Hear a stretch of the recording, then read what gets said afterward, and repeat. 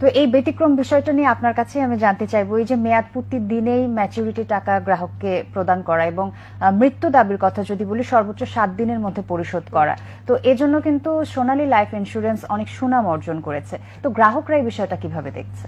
এটা খুব চমকপ্রদ। অপ্রত্যাশিত যে কোনো জিনিস মানুষকে সারপ্রাইজ করে দেয়। আমি যদি এখন আপনার দীর্ঘ প্রত্যাশিত একটা জিনিস আপনি না জানার আগে আপনাকে দিয়ে দিই, তাহলে ডেফিনেটলি আপনি কিন্তু অনেক খুশি হবেন। It's like magical.